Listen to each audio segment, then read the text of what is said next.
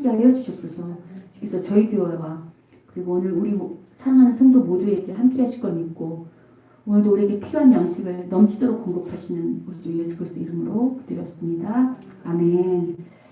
네, 우리 이 시간 말씀 서로 함께 공독하도록 하겠습니다. 오늘 우리가 함께 나눌 본문은요, 누가복음 12장 4절부터 7절입니다. 누가복음 12장 4절부터 7절. 누가복음 12장 4절부터 7절입니다. 신약성경 114페이지 어간에 있습니다. 누가복음 12장 4절 7절. 주보에도 나와 있죠. 여러분 성경책 오늘 있으셔야 됩니다. 다 없으시면 성경책 좀, 네, 왜냐면 오늘 성경 많이 찾아야 되거든요. 그러니까 성경 있으셔야 됩니다. 12장 4절부터 7절. 일단 오늘 본문은 몇 줄 안 되니까 우리 다 같이 함께 교독하도록 하겠습니다. 제가 먼저 읽고 우리 성도님도 읽으시고 우리 집에서 가정에서 예배 드리시는 분들도 서로 교독하는 데 참여하셔야 합니다. 제가 먼저 읽도록 하겠습니다. 내가 내 친구 너희에게 말하노니 몸을 죽이고 그 후에는 능히 더 못하는 자들을 두려워하지 말라. 마땅히 두려워할 자를 내가 너희에게 보이리니 곧 죽인 후에 또한 지옥에 던져넣는 권세 있는 그를 두려워하라. 내가 참으로 너희에게 이르노니 그를 두려워하라. 참새 5마리가 두 아사리온에 팔리는 것이 아니냐? 그러나 하나님 앞에는 그 하나도 잊어버리시는 바 되지 아니하는도다. 너희에게는 심지어 머리털까지도 다 세신 바 되었나니 두려워하지 말라. 너희는 많은 참새보다 더 귀하니라. 아멘. 여러분 저희가 복음서뿐만 아니라 누가복음에 이제 나타난 예수님의 사역은 예수님이 어떻게 구약이 약속한 메시아인지를 증거하는 거라고 했죠. 동시에 예수님이 이 땅에 오심으로 말미암아 하나님 나라가 시작되었음을 예수님이 보여주시는 그런 증거하시는 사역이었어요. 그의 인격과 사역으로. 근데 여러분 예수님이 이 땅에서 하나님 나라를 선포하실 때 말씀만으로 선포하셨나요? 말씀 가르치고 말씀 선포하는 것만 하셨나요? 우리 요새 매일 묵상 누가복음 들어보시면 알겠지만 말씀만 하지 않았죠. 뭘 하셨죠? 여러분 잠시만요. 구약에서 예배할 때 제가 구약 예배 드릴 때 그 동물을 제사장이 잡는다 그랬나요? 아니면 직접 성도들이 잡는 거라 그랬나요? 그럼 그만큼 예배에 참여한다는 거거든요. 그러니까 이제 저는 설교를 여러분이 일방적으로 듣는 걸 원하지 않고요. 참여하세요, 같이. 그래야 여러분께 돼요. 저희가 예배 드리는 것이 하나님 말씀을 들으러 온 거잖아요.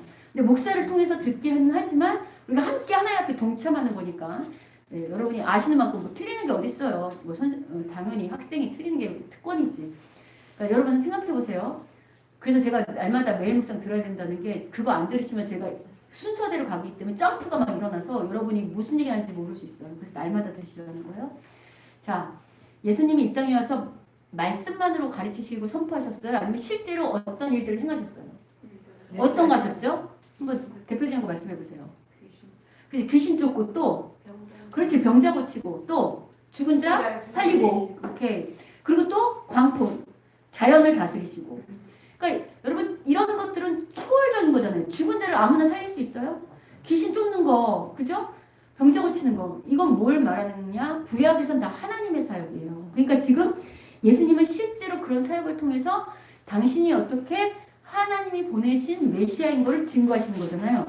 자, 유대인들은요 메시아가 오기를 엄청 기다렸어요. 왜 그랬냐면 지금 유대인들은 그 지금으로부터 그러니까 예수님 당시로부터 약 430년 이전에 이미 나라가 멸망당했어요. 그러면 구약에서 뭐라고 약속했냐면 메시아가 오면 이스라엘을 회복시켜준다 그랬거든요. 여러분 저희도 일제의 그 강점기가 약 40년이잖아요. 약 40년간 외세 침략을 받았음에도 불구하고 독립하기를 아주 몸부림치고 원했죠. 근데 하물며 거의 430년, 거의 500년, 400년 넘게 다른 나라의 외세 침략한 유대인이라고 한다면 빨리 메시아가 와서 자기들을 구원해 주기를 기다릴까요? 안 기다릴까요? 그 늘 이제나 저제나 기다리겠죠. 더구나 그 당시 종교 지도자들, 율법 교사들, 바리새인 이런 사람들은 메시아가 이미 구약에 약속되어 있단 말이에요. 말씀에. 그러면 메시아가 올 때 어떤 징조가 일어나는가? 메시아는 어떤 특징이 있는가? 공부할까 안 할까요? 엄청나게 연구하겠지. 왜? 그래야 그걸 알고 있어야 메시아가 짠 하고 나타났을 때 매칭이 될 거 아니에요. 근데 문제는 뭐냐면 예수님이 왔을 때 예수님의 이런 초자연적인 기적들 다 보고 또 예수님 복음도 전하고 했는데 모두가 예수님을 환영했나요? 예수님을 환영하고 예수님께 감사하고 구원받은 영혼들도 있지만 예수님을 거절하고 오히려 적대시하고 그리고 예수님을 죽이려고까지 모의했던, 아니 실제로 죽였던 사람들이 있어요. 맞죠? 근데 실은 그 사람들이 누구냐면 믿지 않는 사람들이 아니에요. 유대인들이고 아까 제가 말씀드린 것처럼 메시아를 기다렸다고 생각하면서 열심히 메시아 연구를 했던 그런 종교 지도자들, 그런 율법 교사들이 오히려 예수님을 죽이려고 하죠.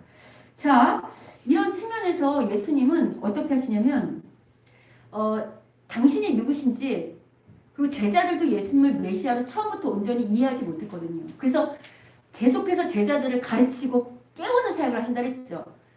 여러분도 처음 교회에 나와서 하나님을 믿지만 처음부터 하나님을 다 아세요? 가면 갈수록 하나님에 대해서 여러분이 잘못 알고 있었다는 것을 깨고 새롭게 배워가면서 믿음이 커지죠. 똑같은 거예요. 예수님이 그 사역을 지금 하고 계시는 거예요. 근데 그럼에도 불구하고 아까 말한 율법교사나 바리새인 같은 사람들은 예수님을 거절하니까 예수님만 짠 하고 나타내면 예수님을 끊임없이 공격해요. 아니 교회 안에도 제가 그랬잖아요. 거듭나지 못한 그리스도인들은 늘 목사랑 어떻게 할까요? 그렇죠. 논쟁하고 싸우겠죠. 늘 논쟁하고 싸워요. 근데 이제 예수님이 뭐라고 하시냐면 그들의 속마음을 간파하시거든요. 그들이 그런 이유는 뭐냐면 자신들의 기득권을 내려놓고 싶지 않은 거예요. 자기들이 알고 있는 무지를 인정하지 않고 자기들의 연약함, 한계를 인정하지 않고 그래서 그들의 위선과 권위에 대해서 계속 예수님이 지적하시고 그런 것들을 논쟁하셔요. 그러니까 유대인들 입장에서는 예수님이 좋을까요? 싫을까요? 더 싫지. 그래서 죽음까지 몰고 가는 거예요.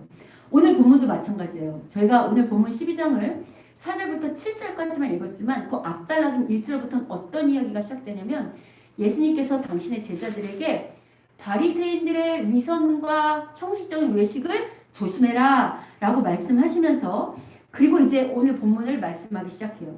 여러분 제가 잠깐 시간을 드릴 테니까 4절부터 7절을 잠깐 눈으로 보시면서 오늘 본문이 말하는 핵심 메시지는 뭘까를 한번 생각해 보세요. 4절부터 7절 잠깐 시간 드릴 테니까 한번 마음속으로 이 말씀은 이런 말인가 보다 하고 한번 생각해 보세요.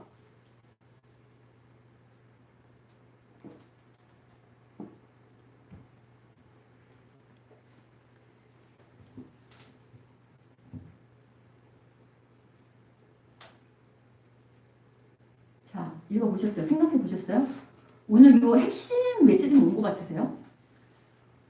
오늘 본문은 한마디로 말하면요. 두려워하지 말라예요. 그런 것 같으세요? 제자들한테 두려워하지 말라. 실제로 4절부터 7절까지 제일 많이 등장하는 단어가 두려움이에요. 두려움. 왜 이런 얘기를 하냐면 앞서서 제가 예수님이 복음을 전하고 메시아임에도 불구하고 예수님을 핍박하고 고난을 주고 뿐만 아니라 나중에 어떻게 하죠? 십자가에 돌아가서 십자가에 죽으시기까지 몰고 간다 그랬잖아요. 그럼 이제 예수님은 뭘 아시냐면 당신이 돌아가신 다음에 부활 승천하신 다음에 이제 이 하나님 나라의 사역을 누가 감당할 거냐면 예수님의 제자들. 그러면 똑같이 제자들에게도 이런 예수님이 당한 고난과 죽음 같은 핍박이 있을 거라는 걸 미리 아시는 거예요. 그래서 지금 예수님께서 미리 어떻게 하냐면 제자들한테 지금 이제 말씀을 하시는데요. 실제로 예수님이 돌아가신 이후에 예수님이 제자들이 그 복음을 전할 때 그 사역이 순탄치 않았다는 것을 어디서 알 수 있냐면 여러분 사도행전 12장을 잠깐 펴보세요. 신약성경 207페이지 어간에 있습니다. 신약성경 빨간 책이에요. 빨간 책 207페이지. 네, 빨간 약이에요. 빨간 약. 207페이지 12장 1절 2절 자, 1절 2절 3절까지 같이 한 목소리로 읽어보겠습니다. 12장 1절, 2절, 3절. 자, 찾았죠? 네. 신약성경 207페이지 사도행전 12장 1절부터 3절. 여러분이 여기 아니면 언제 이렇게 성경을 읽으시겠어요? 자, 읽어보겠습니다. 시작. 그때 헤롯 왕이 손을 들어 교회 중에서 몇 사람을 해하려 하여 요한의 형제 야고보를 칼로 죽이니 유대인들이 이 일을 기뻐하는 것을 보고 베드로도 잡으려 하였으되 때는 분들을 기다렸다. 지금 보면 요 헤롯 왕이라는 게 이제 에돔 사람이에요. 그 분봉왕인데 로마의 하수인인데 지금 교회 중에서 몇 사람 죽이려는데 누구를 죽여요? 요한의 형제 누구예요? 야고보. 이거 예수님의 12제자 중에 한 명이에요. 이 야고보는 이 야고보서 쓴 야고보는 아니에요. 이 야고보서 쓴 야고보는 예수님의 동생이고 이거는 예수님 12제자 중에 열심히 예수님 따라다니던 사람인데 예수님 돌아가신 지 얼마 되지 않아서 어떻게 해요? 순교당했어요. 거기다 유대인들이 오히려 아까 말한 것처럼 하나님을 믿는다고 자부했던 유대인들이 오히려 지금 더 기뻐하면서 예수님의 수제자인 베드로까지 지금 잡으려고 하는 거 보이세요? 이처럼 순탄치 않아요. 실제로 나중에 훗날 이 베드로 역시 십자가에 거꾸로 못 박혀서 순교당하죠. 그리고 복음의 대표주자인 바울도 어마무시한 고난과 핍박 가운데 이 복음을 전하죠. 그러니까 이처럼 타락한 이 세상, 그리고 아직 내가 주인된 이 세상, 이 사람들, 그리고 악한 영들은 제자들이 복음을 증거할 때 그냥 두지 않고 이런 어려움과 핍박을 당하게 된다는 거예요. 자, 여러분 이제 물론 우리가 이제 좀 분별을 할 필요는 있어요. 우리가 하나님 나라 때문에 당하는 핍박이 있고요. 내가 죄 때문에 내가 잘못해서 혹은 내가 미련해서 당하는 어려움 있나요, 없나요? 근데 그걸 동일시하면 안 돼요. 그건 내 잘못이야. 그건 내가 빨리 회개해야 되고 내가 돌이켜야 될 문제고. 이 부분은 지금 여기서 말하는 핍박은 뭐냐면 내가 정말 하나님 때문에 전 인생을 걸고 목숨을 걸고 하나님 나라를 섬겼는데 당하는 어려움. 그런 거 당해보신 적 있어요? 아직은 네, 괜찮아요. 자, 그럼 여러분 제가 이렇게 여쭤볼게요. 제가 하나님 나라 때문에 열심히 복음을 증거했어요. 그래서 제가 어느 날 죽임을 당했어. 근데 여러분이 이걸 봤어요. 그럼 여러분 계속 복음을 전하고 싶겠어요? 아니면 무서워서 뒤로 물러나고 싶겠어요? 그렇죠. 당연히 뒤로 물러나고 싶죠. 실제로요, 예수님을 따라다니는 12제자들도 처음부터 이렇게 복음을 증거한 게 아니에요. 지금 이제 이 사도행전의 이유지만 예수님이 십자가에 돌아가기 전에 이제 체포당하시거든요. 유대인들한테. 그럴 때 여러분 예수님의 12제자 중에서 예수님의 오른팔 수제자가 누군 줄 아세요? 베드로예요. 왜 우리도 이제 가장 그 근접해 있는 사람 있잖아요. 근데 그 베드로가 예수님이 자기 스승이고 메시아로 인정했던 예수님이 잡히셨으면 누구보다도 예수님 편이 돼야 되겠죠. 근데 그렇게 하지 않아요. 베드로가 어떻게 하냐면 예수님을 부인하는데 그냥 부인하지 않고요. 저주까지 하면서 부인해요. 우리 이제 성경에 3번 정도로 나오지만 야사 같은 데 보면 70번이나 부인했다고 나와요. 그러니까 여러분 베드로가 왜 예수님을 부인했을까요? 그렇지, 무서우니까. 지금 예수님 체포해서 죽는데 자기까지 예수님 편이라고 하면 자기도 체포당하고 자기도 불이익을 당하니까 무서우니까 두려움에 떨고 지금 거부했을 거 아니에요? 부인했을 거 아니에요? 이처럼 예수님은 미리 아직 일어나지 않은 일이지만 앞으로 제자들이 하나님 나라를 증거할 때 어떤 핍박이 올지 그리고 또 제자들이 얼마나 그럴 때 두려움에 벌벌 떨 것인지를 미리 아시죠. 그래서 오늘 본문 다시 돌아오세요. 누가복음 성경 다시 12장으로 114페이지 본문 보시면 여러분 찾기 어려우시면 중보 참조하시면 좋을 것 같아요. 어차피 사도행전 우리 또 볼 거거든요. 보시면 그래서 예수님이 미리 예방주사를 놔주시는 거예요. 요새 우리 코로나 미리 백신 맞는 것처럼 좀 늦었지. 우리는 미리 백신이 아니라 늦었는데 미리 지금 말씀으로 예방주사를 놔주시는데 뭐라고 말씀하시냐면 우리 4절 5절 같이 다시 한번 읽긴 이것 좀 한번 읽겠습니다. 읽겠습니다. 시작. 내가 내 친구 너희에게 말하노니 몸을 죽이고 그 회를 이기지 못하는 자들을 두려워하지 말라.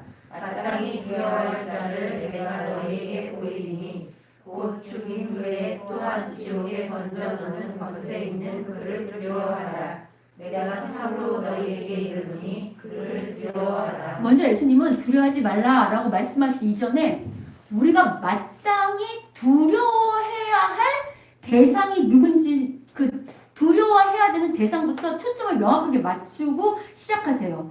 자, 여러분, 사람들이 어떤 문제에 있어서 두려움에 벌벌 떠는 거는 왜 두려워할까요? 어떤 사람이나 어떤 문제가 닥칠 때 우리가 두려움에 막 떨잖아요. 두려워하죠. 왜 그럴까요?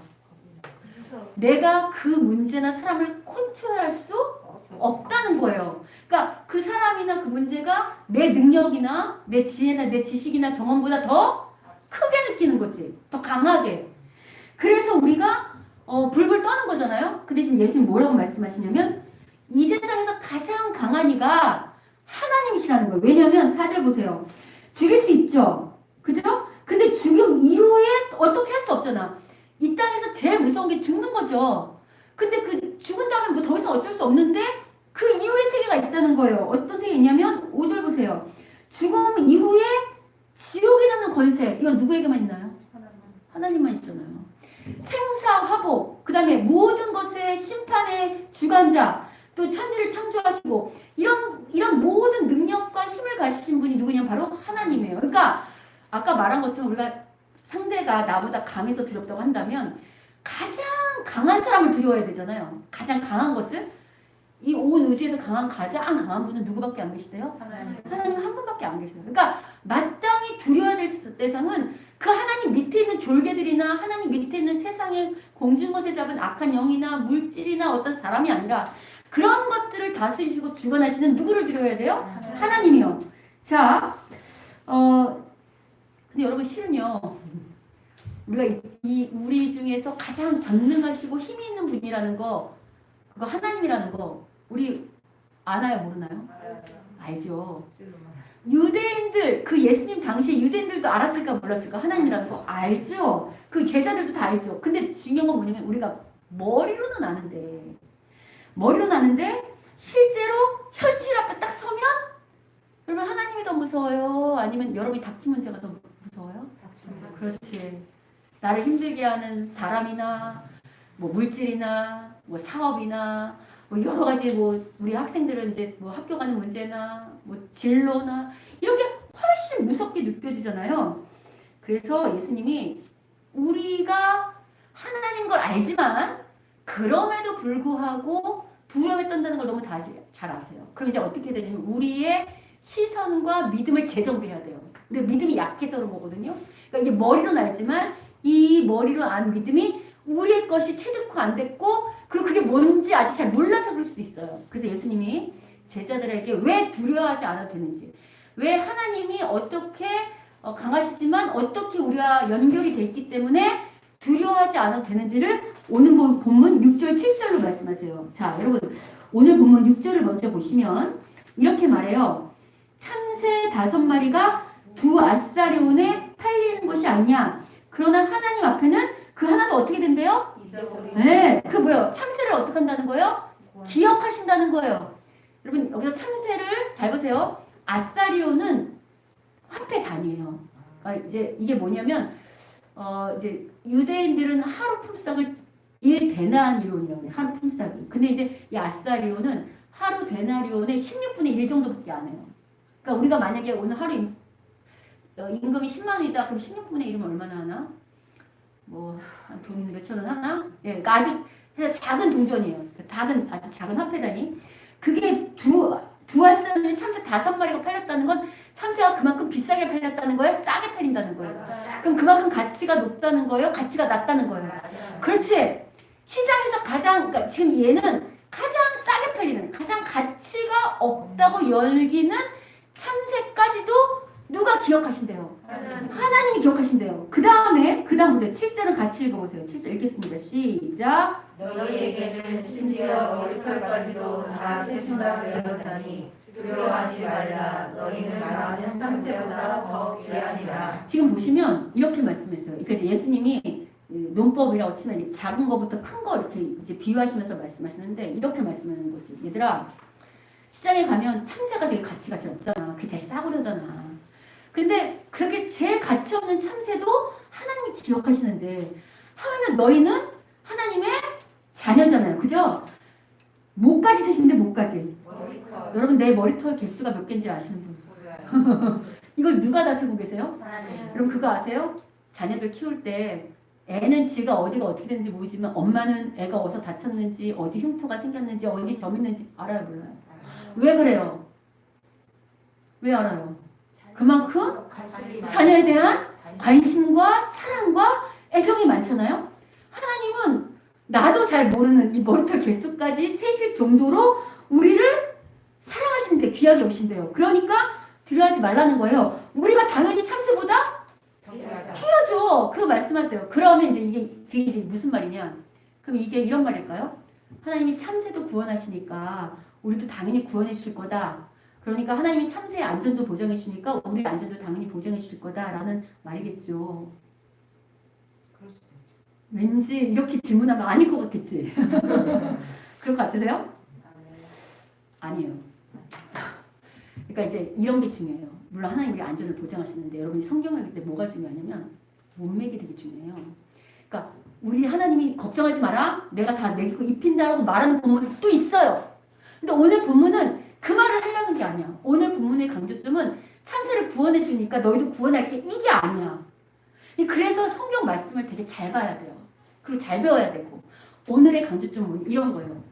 분명히 뭐냐면 참새가 시장에서 팔린다며. 하나님이 팔리면 어떻게 될까? 참새 팔리고 나면 왜 사가겠어요? 그 사가는 사람이 그렇지 거먹으려고 하는데 하나님이 그러면 그거 쫓아내서 구원이라는 건 참새를 살려야 될 거 아니야. 근데 그러지 않죠. 팔리든지 안 팔리든지 그냥 어쨌든 그 일을 하나님이 기억을 하신다는 거지 참새의 안전을 보장한다는 의미가 아니죠. 이해가 되세요? 동일하게 우리가 이 땅에 살 때 우리에게도 참새가 팔려가서 죽음을 당하는 것처럼 제자에게도 여러 가지 환난과 어려움이 있을 수 있다는 거예요. 하나님 우리의 안전을 보장하지만 성경이 말하는 안전보장은 우리는 이런 걸 원하잖아. 내가 넘어지기 직전에 미리 하나님이 돌을 치워주시기를. 괴롭히는 사람이 나타나기 직전에 이미 그 사람이 없어지기를. 내 사업이 어려움을 당하기 전에 이미 사업이 잘 되도록 연결시켜 이런 거 바라죠? 아니라는 거예요. 참새가 돈에 팔려서 위험에 처하고 죽임을 당하는 것처럼 우리 역시 제자들도 앞서 말한 것처럼 예수님도 핍박을 당했잖아. 이 세상을 살고 더구나 하나님 나라를 위해 살려고 할 때 여러 가지 환난과 핍박과 어려움이 있을 수 있다는 거예요. 자, 그러면 여기서 이 얘기는 왜 비유를 하셨는가? 이런 거예요. 참새가 어떻게 팔리는지 누가 다 기억하고 있어요? 하나님이. 우리 머리털 우리는 모른다 그랬지. 근데 하나님은 어떻대요? 시각이 우리와 다르다는 거야. 시각이. 하나님의 전능하신 지혜와 시각이 여러분은 참새가 어디서 팔려서 어떻게 돌아다니는지 알아요? 몰라요? 모르지? 근데 하나님 그걸 다 아신대요. 우리는 머리털 개수가 어떻게 되는지 모르지만 하나님은 다 아신대요. 뭘 말하는가? 이 본문은 이걸 말하는 거예요. 참새가 다 팔려도 하나님의 주권적인 섭리로 하나님 다 아시는 것처럼 제자들에게 어려움이 닥친다 할지라도 그게 끝이 아니라 하나님이 다 알고 구원 계획, 하나님의 구원의 그 계획과 뜻이 있잖아. 이 땅에 하나님의 뜻과 계획이라는 게 있죠. 그것이 우리의 시선으로 다 이해할 수 없죠.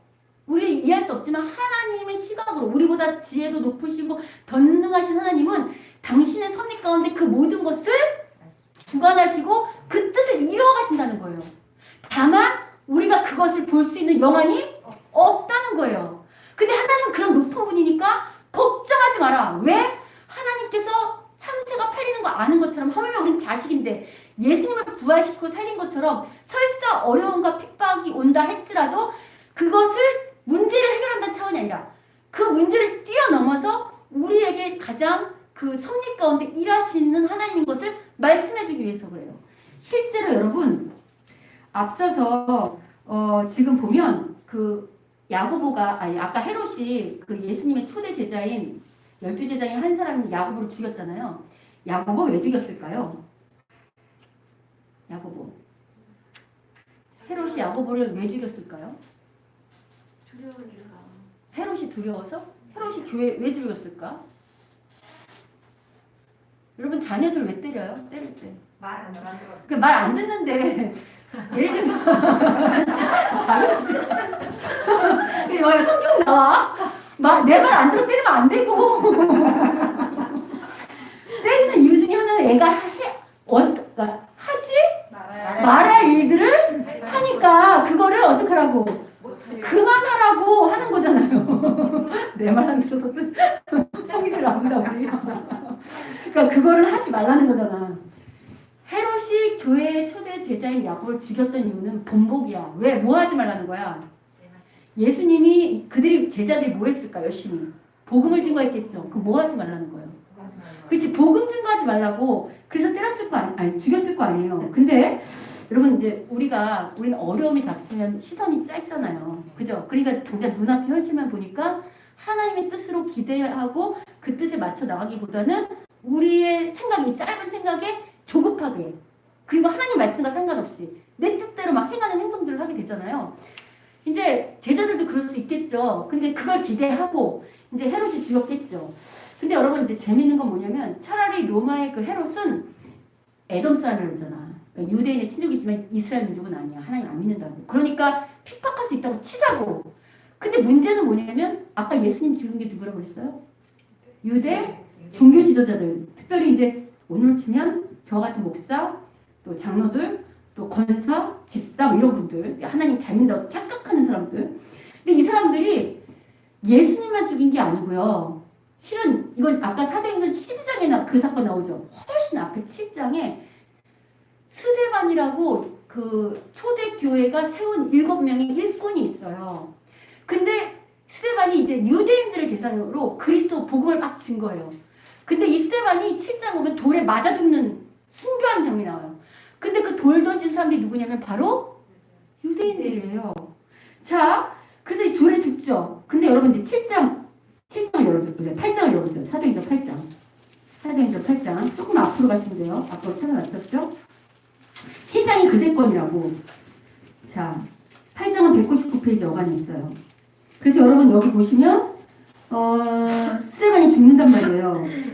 여기 59절, 7장 59절 보면 그들이 돌로 스데반을 치니 보이세요? 네. 7장 59절 좀 기다릴게요. 사도행전 7장 59절 찾았죠? 네. 스데반이 여기서 그들은 유대인들 자기 동족이 자기 동족을 죽이는 거예요. 돌로 스데반을 치니 스데반이 부르짖으면서 죽는 거 보이시죠? 네, 죽었어요. 이 역시도 왜 죽였을까? 유대인들이 동일하게 더 이상 기독교인들이 그리스도인들이 복음 전하지 이걸 무서워서. 근데 이제 그 다음에 어떤 일이 있냐면 보세요. 8장이 1절 사울은 그가 죽임 당함을 마땅히 여기더라. 그 다음에 그날에 있는 거 보이시죠?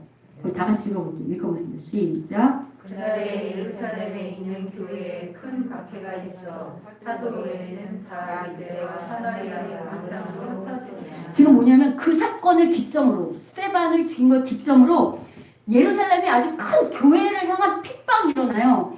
그래서 어떻게 되냐면 유대 사마리 다 도망가는 거야. 이 믿는 사람들이 죽기 싫으니까, 죽으면 안 되니까. 뿐만 아니고 자 3절 읽어볼게요. 3절 시작. 사울이 교회를 정멸할 때 각 집에 들어가 남녀를 끌어다가 옥에 넘기느라. 그냥 도망갈 뿐만 아니라 그 사울이라는 사람이 교회 다닌 사람들을 잡아다가 어디까지 가둬요? 감옥에. 얼마나 무섭겠어요. 그죠? 여러분 이제 이럴 때 우리는 어떤 생각이 드냐면 지금 이 사람들이 자기들의 죄나 자기들의 욕심이나 어떤 그런 것 때문에 핍박당하는 게 아니고 누구 때문에 당하는 거예요? 예수님 때문에 복음 증거하고 하나님 나라를 살려다 이런 핍박을 당한 거죠. 그럼 여러분 이럴 때 우리가 이제 오늘로 치환하면 우리가 열심히 복음을 증거했는데 하나님 계속 어려움만 줘. 이렇게 해. 그럼 우리가 옥에도 갇히고 막 핍박을 받아. 그럼 여러분 이럴 때 솔직하게 어떤 심정 들겠어요? 하나님 뭐 하시나? 하나님 살아계신 거 맞나? 하나님 왜 우리한테 이러시나? 우리가 정말 하나님 때문에 열심히 최선을 다했는데 정말 이렇게 하실 건가? 살아계신 거 맞나? 이런 생각 들까요? 안 들까요? 들죠. 근데 제가 앞서서 하나님의 생각과 우리의 생각이 전혀 차원이 다르다고 했어요. 그래서 우리는 짧은 소견으로 이렇게 되면 조급하게 불평하고 원망하면서 성급한 행동을 취한다 그랬죠. 근데 아주 재밌는 일이 발생해요. 어떤 일이 발생하는가? 8장 4절 볼게요. 8장 4절 5절을 같이 읽겠습니다. 8장 4절 5절 찾으셨죠? 읽겠습니다. 시작. 그 흩어진 사람들이 두루다니며 복음의 말씀을 전하되 빌립이 사마리아 성에 내려가 그리스도를 백성에게 전하니. 지금 어떻게 되냐면 하나님이 이제 그 유대 그 예루살렘의 교회가 핍박이 일어나니까 사람들이 막 흩어졌어요. 막 사방팔방으로. 그래서 어디까지 이제 흩어졌냐면 이제 한 예로 빌립을 지금 예로 든데 빌립 역시 초대교회 말씀 전하는 7 그 새로 세운 사람들 중에 한 사람이에요. 근데 요 제가 지금 왜 집사란 말을 왜 안 사용하냐면 집사라고 안 돼 있어요. 그러니까 우리가 이제 교회에서 많이 배워서 그러니까 이제 그런 부분은 그 제가 이제 일부러 사용하지 않는 거예요. 7 일꾼 중에 한 명이라고 제가 그랬죠. 이 빌립이 지금 어디까지 가냐면 사마리아 성 갔어요. 여러분 사마리아는 당시 유대인들이 부정하다고 여기는 도시라고 제가 여러 번 말씀드렸잖아요. 그래서 이방인처럼 여겼다고. 왜냐하면 사마리아가 북이스라엘 땅이거든요. 그래서 구약을 좀 알아야 돼. 북이스라엘은 남유다보다 훨씬 먼저 200년 전에 멸망했어요. 그래서 아수르가 혼혈 정책을 폈다고. 피를 섞는. 그러니까 이스라엘 사람이지만 이미 피가 너무 많이 섞이니까 혼혈이 돼버려서 예수님 당시에는 같은 동족이지만 사마리아 사람들은 자기네 민족으로 치지 않았어요. 이방인처럼 여겼다고. 그래서 사마리아 지역을 지나갈 때 이 사람들 부정한 사람 싫다한다 했잖아요. 유대인들은 그 이방인들. 그래서 그 길 안 지나고 돌아서 갔어. 하루만 예를 들어서 뭐 꼭 그런 건 아닌데 예를 들어서 하루만 가는데 그게 부정하도 안 가고 열흘이 걸려도 돌아서 갔다고. 그 정도로 유대인들은 율법을 막 따졌단 말이에요. 근데 지금 그렇게 부정하다고 여기는 그곳에 누가 가냐면 빌립이 가서 복음을 전하는데 거기에 성령의 역사가 일어나서 예수를 영접하는 일들이 막 일어나요. 그래서 어떻게 되냐면 너무 신기하잖아요. 그래서 이 빌립이 어떻게 하냐면 8장 14절 읽어볼게요. 8장 14절. 자, 8장 그 사도행전 8장 14절 찾으셨죠? 읽겠습니다. 시작. 예루살렘에 있는 사도들이 사마리아도 하나님의 말씀을 받았다 함을 듣고 베드로와 요한을 보내니. 와, 소문이 들리는 거야. 지금 핍박이 난 상황이지만 사마리아에 아니 핍박이 났지만 어쨌든 제자들의 가장 큰 꿈은 복음 전하는 거잖아요. 근데 어려운 상황에서 절망하고 있는데 갑자기 소식이 들리는 거야. 야, 사마리아에서 복음이 막 불일 때 일어났대. 여러분도 영업 잘 되면 좋고 막 여러분 하나님 잘 되면 좋은데 하나님 나라 일이 막 잘 된다고 생각해봐. 전도하는데 기뻐요 안 기뻐요? 근데 이럴 때 이 소식을 누가 들냐면 베드로와 요한이 누구냐면 오늘로 치면 베드로는 총회장이야. 그러니까 교회 그냥 당회장 정도가 아니라 왜 교회도 노예가 있고 왜 총회 전국적인 목사님들 다스리는 총회장 아시죠? 그 정도 높은 목사님인데 거기까지 소문이 나서 오죽 거기 복음이 뜨거우면 이 두 사람이 거기까지 가서 복음을 전하는 거예요. 그래서 여기 25절 보세요. 25절. 8장 25절. 여기 두 사도는 아까 말한 베드로 요한이에요. 자 읽어보겠습니다. 시작. 두 사도가 주의 말씀을 증언하여 말하기에 예루살렘으로 돌아갔으니 사마리아인의 여러 마을에 복음을 전하라. 지금 사마리아에 복음이 막 흥황한 거 보이시죠? 뿐만 아니에요. 26절 보시면 이제 빌립이 복음을 전하고 다시 예루살렘으로 돌아가야 될 거 아니에요. 돌아가려고 하는 중에 27절은 누구를 만나냐면 에디오피아 사람 곧 에디오파 여왕 간다게의 모든 국고를 맡은 관리인 보이세요? 오늘 치면 왕의 재정을 감당하는 가장 고위 관리직을 만나요. 근데 제가 이제 다 안 읽을 거지만 집에 가서 읽어보시면 이 관리직이 누구를 영접하는가? 예수님을 영접하지고 성령까지 받아요. 여러분 에디오피아는 사마리아는 그래도 피라도 약간 섞인 기본적으로 동족이지만 에디오피아는 아예 이방인이죠. 지금 어떡하냐면 오히려 유대와 그다음 사마리아뿐만 아니라 땅끝 그 이방인까지 복음이 막 증거되는 거예요. 여러분 이런 장면 보시면 사마리아 또 이방인에게 복음을 전했다라면 떠오르는 장면이 있어야 돼. 떠오르는 장면 없을까요? 떠오르는 장면 없을까요? 자 사도행전 1장 8절입니다. 사도행전 앞으로 좀 앞에 가서 다 찾았어요. 사도행전 1장 8절 여기다 볼펜 켜놓으시고 8장 볼펜 또 다시 한 번만 더 돌아올 거니까 사도행전 1장 8절 보세요. 사도행전 그 앞에 들어가시면 조금만 그 앞쪽이에요. 사도행전 앞에요. 몇 장 앞으로 가면 돼요. 지금 우리가 사도행전 보고 있는 거예요.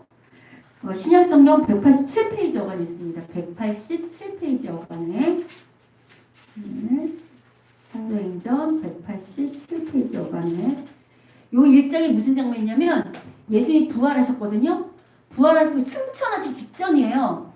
승천하기 직전에 제자들을 데려다 놓고 제자들이 모인 데서 마지막 당부하시고 막 승천하신 장면인데 마지막 당부가 뭐냐면 1장 8절을 볼게요. 1장 8절. 자 읽겠습니다. 시작.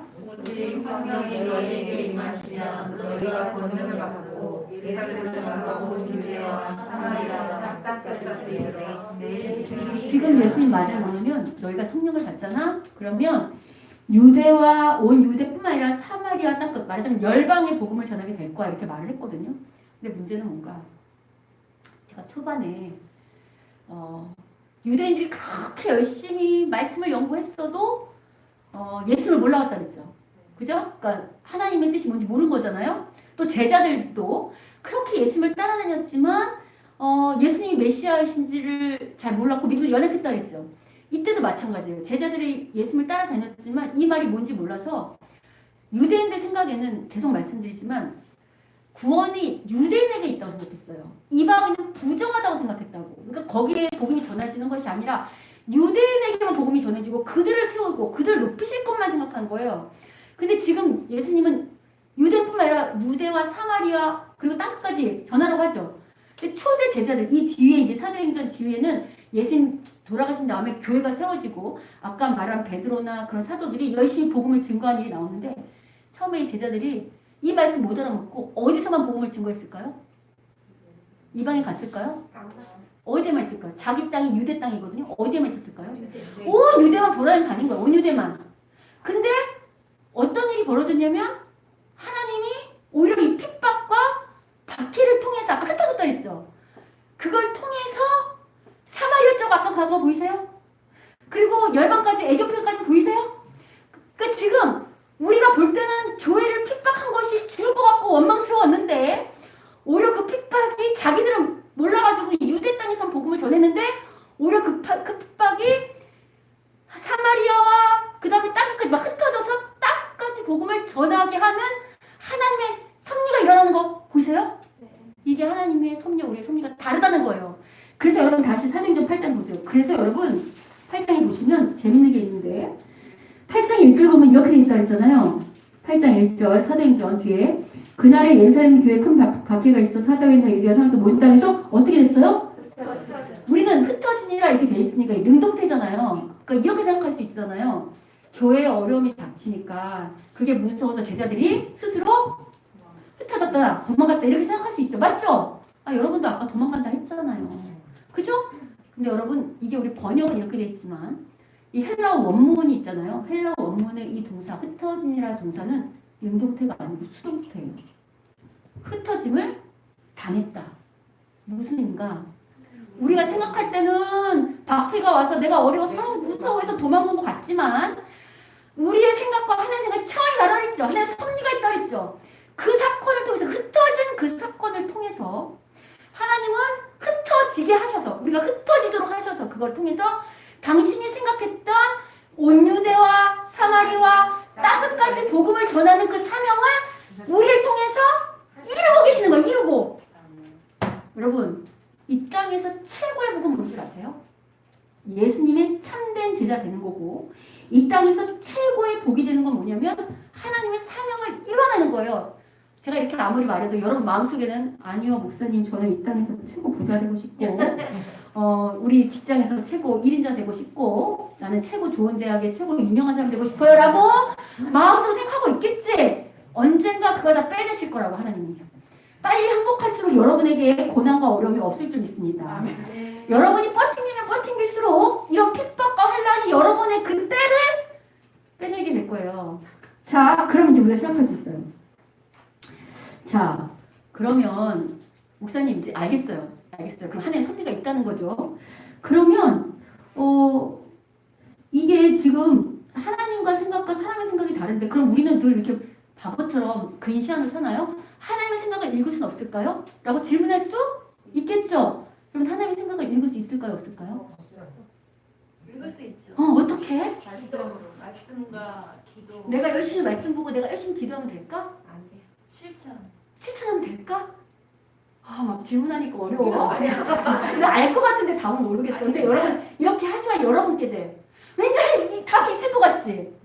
근데 그게 말이 안 나오지? 아니 복음을 전해야지. 그러니까 내가 뭘 뜻을 알아야 복음을 전할 거 아니야. 그래야 내가 어려워도 겁나지 않고 있을 거 아니야. 그럼 그 하나님의 시선을 맞추는 방법이 뭐겠냐고. 성경 말씀이고 성경. 앞에만 비슷했어. 성자만. 성경. 여러분 그래서 여러분 잘 생각해 보세요. 똑같은 유대인들이잖아. 그죠? 그런데 율법 교사들은 어떻게 보면 제자들보다 오늘 치면 제자들은 그냥 일반대 나온 사람들이야. 아니 어쩌면 고졸일 수도 있어. 오늘 치면. 근데 당시 율법교사들은 오늘 지금 명문대라고 하는 소위 명문대라고 하는 좋은 대학보다 머리가 좋은 사람들이야. 공부 열심히 한. 근데 그 사람들은 오히려 하나님의 뜻이 뭔지 왜냐면 예수님 십자가에 돌아가신 다음에도 끊임없이 예수님을 핍박하잖아요. 지금 제자들도 핍박하고. 근데 제자들은 어떻게 하나님이 예수님을 통해서 예수님이 하나님이시고 예수님을 통한 구원사역이 있다는 거 예수님 메시아를 어떻게 알아볼 수 있었는가? 아까 말씀하신 것처럼 성령 때문인데 그게 오늘 본문에 그 비밀이 들어있어요. 오늘 본문 보시면 12장 4절 보세요. 12장 4절. 12장 4절. 그 주보 보세요, 여러분. 주보 있죠. 12장 4절 보시면 예수님이 이렇게 말씀하세요. 내가 누구한테 말한대? 내 친구. 지금 제자들을 뭐라고 불러요? 친구. 우리는 그냥 이제 오늘날 문제를 생각하면 친구 이러는데 달라요. 이 당시 예수님 당시 헬라의 이 친구는 어떤 거냐면 우리가 그냥 말하는 이런 가벼운 친구 관계가 아니고 내 모든 것을 공유할 수 있는 사람에게만 친구라는 칭호를 붙여요. 그러니까 나의 속의 모든 것을 공유할 수 있는. 그러니까 지금 예수님은 뭐라고 말씀하시냐면 제자들을 친구로 삼아 함께 공유하겠대요. 근데 그 공유할 수 있는 것이 뭐냐면 바로 성령이에요. 성령. 왜냐하면 여러분 우리 11장에 우리 지난번에 누가복음 11장 묵상할 때 매일 성경에서 하나님 기도 얘기하면서 그때 아버지한테 구할 때 생선을 주겠냐 아버지한테 좋은 걸 달라고 할 때 악한 자라도 구하는데 나쁜 거 주지 않고 더 좋은 걸 주지 않겠냐 하물며 하나님 아버지는 우리에게 가장 좋은 걸 주지 않겠냐 그랬던 기억나세요? 그래서 그때 가장 좋은 걸 뭘로 얘기하냐면 성령. 그렇지. 어유 이럴 때 할 맛이 나요. 오 좋아요. 성령. 그게 최고의 선물이라는 거예요. 왜? 성령님이 누구셔요? 하나님이 내 안에 계시면서 내가 성령님과 아까 기도를 통해 성령님과 교통하고 성령님이 나를 깨닫게 하시면 하나님의 뜻을 볼 수 있는 눈이 열리고 그리고 그것을 실천할 수 있도록 모두 주세요. 힘과 능력도 주시고 하나님이 이렇게 일을 진행하신다는 섭리도 보여주시고 여러분 어떻게 할 수 있는가?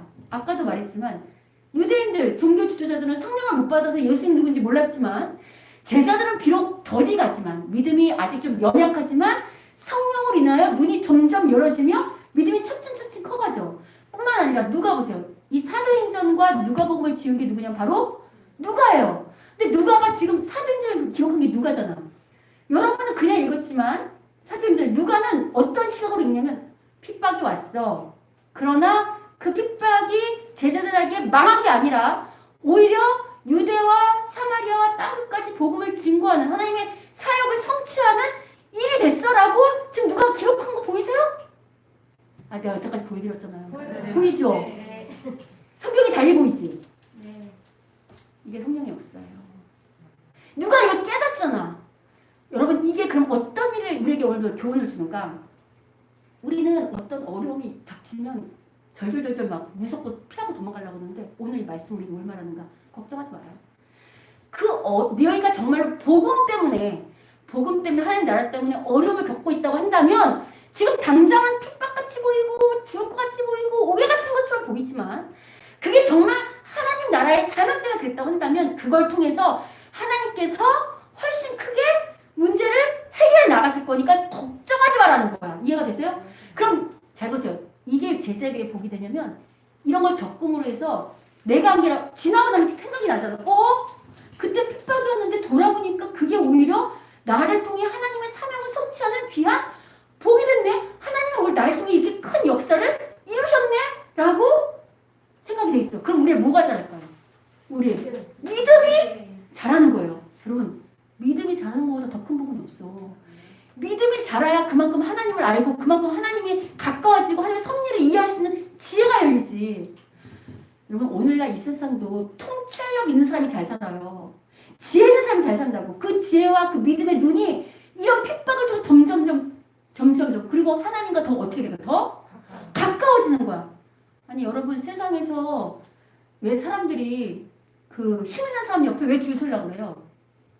가까워서 거기서 나오는 친해서 좀 같이 아무래도 친하면 우리도 뭐 있잖아. 아니 여러분도 팔이 안으로 굽어요? 밖으로 굽어요? 아래로. 여러분도 아까 내 자식은 다 저기라며.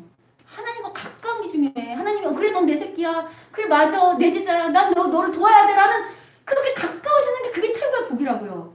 오히려 핍박이 우리에게 그런 근력과 힘을 주는 거 보이세요? 하나님 그렇게 일해 가시는 거 보이세요? 이제 이걸 딱 알았다. 그럼 이제 우리 다음에 어떻게 되는가? 이렇게 되겠지. 어려움이 닥치면 저처럼 절망하는 게 아니라 이걸 통해서 하나님이 나를 통해 당신의 사역, 당신의 사명 혹은 당신의 뜻을 이루시겠구나 라고 어떻게 하면 돼? 기대하면 돼. 기대하면 돼. 두려워하는 게 아니고 어떻게 하면 돼요? 기대하면 돼. 기대하면 돼. 와, 어떤 일을 하실까? 와, 이렇게. 그러면서 더 힘차게 어떻게 할까요? 기대하면서, 기도하면서 그것을 뜻을 알 수 있도록, 분별할 수 있도록 더 하나님과 나아가겠죠. 제가 이렇게 말하면, 목사님, 저는 아직 그 복음 때문에 사는 게 아니고, 아직은 저는 제 욕심 때문에 사는데, 그럼 저는 어떻게 해요? 라고 생각하는 사람 있을 수? 있어요. 많은가 보네. 그거 보니까. 괜찮아요. 살짝 나의 죄나 혹은 내 미련함이나 미성숙함 때문에 당하는 어려움을 할지라도 여러분이 그런 거 당할 때 알잖아. 하나님 때문에 그런 게 아니고 내 죄나 욕심 때문에 그럼 빨리 어떻게 하면 될까? 하나님, 제가 용분량밖에 안 돼요. 도와주세요. 제 인생을 재부팅하게 해주세요. 이제껏 세상 사람하고 똑같이 예수를 믿지만 세상과 똑같이 아까 말한 그 유대인들 하나님을 알지만 세상과 다르지 않지 내가 주인 되어서 내 맘대로 내 생각과 내 뜻대로 제안해서 그렇게 살았던 내 모습이었다고 한다면 성령님 도와주세요. 이제 예수님으로 정말 하나님 나라를 위해서 복음을 위해서 그게 뭔지 모르지만 그걸 위해서 내 인생을 재부팅할 수 있도록 그렇게 살아갈 수 있도록 저의 길을 인도하시고 지혜도 주시고 깨닫게 해주세요 라는 계기가 됐으면 그리고 순종하면 그 역시 누구랑 가까워질까? 그리고 그렇게 하면 누구의 역사를 또 볼 수 있을까? 그렇지. 그래서 이게 제자의 특권이. 그 제자는 이렇게 되나 저렇게 되나 낭망하지 않아도 돼. 왜? 우리가 하나님께 붙어있고 우리가 하나님과 함께하기만 한다면 그리고 그런 소원을 가지기만 한다면 하나님 그 모든 것을 통해서도 가장 좋은 협력하여 선을 이루는 것처럼 가장 좋은 것을 우리를 통해 사용하신다는 거예요. 어떠세요? 여러분 속에는 성령님이 계신 것 같아요? 그게 참된 제자라는 증거야. 성령님 있어요? 있어요? 없으면 난 어떡하지? 해야 돼. 있는 것 같아요? 무슨 일이라면 하나님이 막 이렇게 내 마음을 감동하시고 땡땡땡 하시고 막 말씀하세요? 아멘이지. 말씀을 들으면 가슴이 뛰어요? 성령님 계시는 증거예요. 아멘이죠. 하나님 나라에 열망이 있어요? 하나님의 증거예요. 성령이 있다는. 자 여러분 그러면 이번에 이렇게 질문할게요. 두려운 문제가 있으세요? 두려운 게 있어요? 왜 두려워요? 요새 왜 두려운 것 같아요? 하나님 나라 때문에 두려워요? 복음을 증거하는 것 때문에 당하는 핍박 때문에 어려워요? 아니면 내 문제 때문에 어려워요?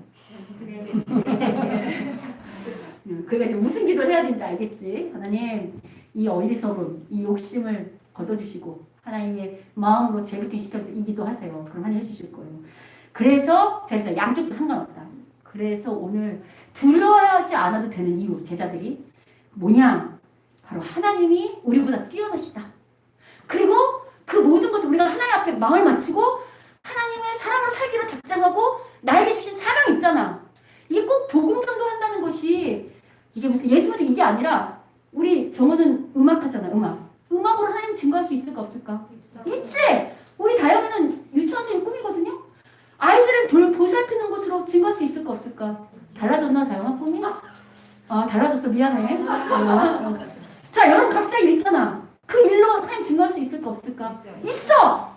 그래서 순서를 바꾸지 말라고. 음악이 하나님보다 앞서면 안 되고 어떤 게 직업에 앞서는 게 아니라 그것이 하나님 나라를 사용하는 하나님의 복음을 세우는 도구와 수단이 되도록 하면 하나님 그걸 높이 들어 쓰실까 안 쓰실까?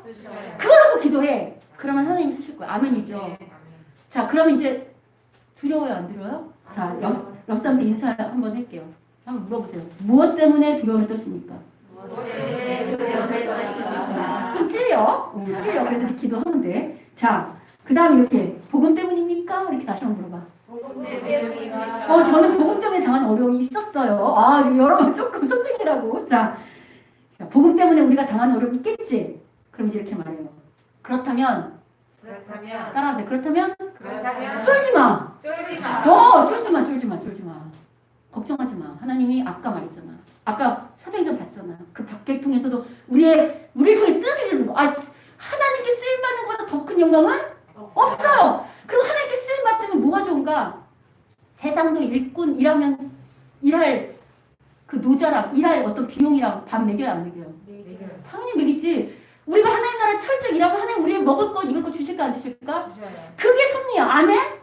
아멘이죠. 그러니까 쫄지 말고요. 요새 속된 말로 아이들 이런 말 한다면서요. 우리의 생각보다 어떤 뛰어난 일을 하는 사람을 보면 너는 다 계획이 있었구나.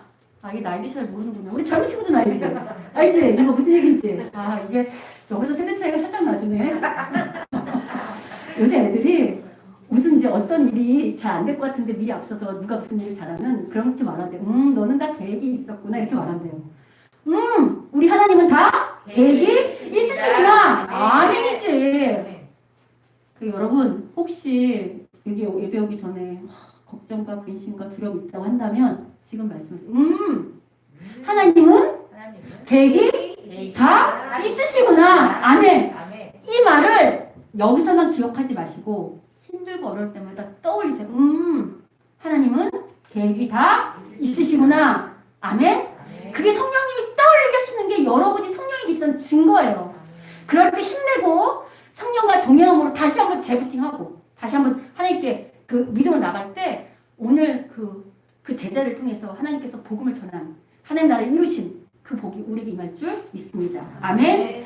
부디 이 말씀을 믿고 그리고 하나님 나라를 소원하고 그래서 그렇게 하나님께 헌신하고자 하는 각 사람을 향한 하나님의 뜻이 이루어지는 복이 임하기를 주님의 이름으로 축원합니다. 아멘.